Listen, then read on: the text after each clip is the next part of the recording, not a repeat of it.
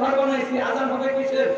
এটা তো মরুভূমি, এখানে কোনো প্রাণী নাই, কোনো মানুষ নাই, আজান দেব শুনবে কে, আসবে কে? আপনার হুকুমে ঘর তৈরি করেছি বাস, কিন্তু এখন এরপর কি আমার আজান শুনবে কে? আল্লাহ কি বললেন? যে আজান দাও, আজান পৌঁছে দেওয়ার দায়িত্ব আমি আল্লাহ। সমস্ত তাফসীরে কিতাবে সেই আয়াতের তাফসীর আছে। ইব্রাহিম আলাইহিস সালামের সেদিন জনঅরণ্য সেই বিরান ভূমির আজান কিয়ামত পর্যন্ত ধ্বনিত প্রতিধ্বনিত হতে থাকবে। যার কানে ইব্রাহিমের আজান বুঝবে সেই আল্লাহর হকরা চতুর্থ। যত মানুষ আজকে প্রতিনিয়ত হজে যাচ্ছে, ওই সমস্ত মানুষের জানায় অজানায় ইব্রাহিম আলাইহিস সালামের আজান পৌঁছতেছে।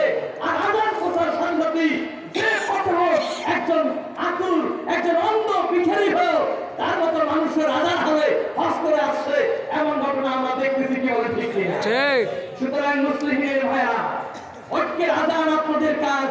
আপনারা শুধু এতটুকু বিশ্বাস করেন খলিলুর রহমান একা সফর কতটুকু করেছে, বলে আপনাদের প্রত্যেকের অভিযোগ হুজুর একবার গেলেন আর গেলেন না, একবার গেলেন আর গেলেন না। এখন আপনার নামাজ কথা বলেন, আমার সময় লজ্জা লাগে।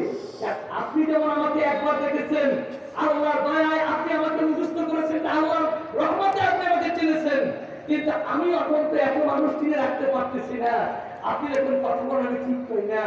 আমি এই জন্য বলি, বন্ধুরা যদি একটু আমাকে বলতো যে আমি অমুক জায়গা থেকে এসেছি, তাহলে আমার অনেকটা কিছুটা রক্ষা পেতাম, লজ্জার হাত থেকে মুক্তি পেতাম।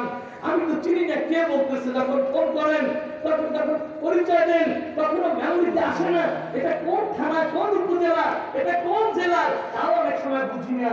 যার দাওয়াতের ত্যাগের মাত্রা এতটুকু যে সারা বাংলাদেশের বন্ধুদের চিনতে পারে না, অথচ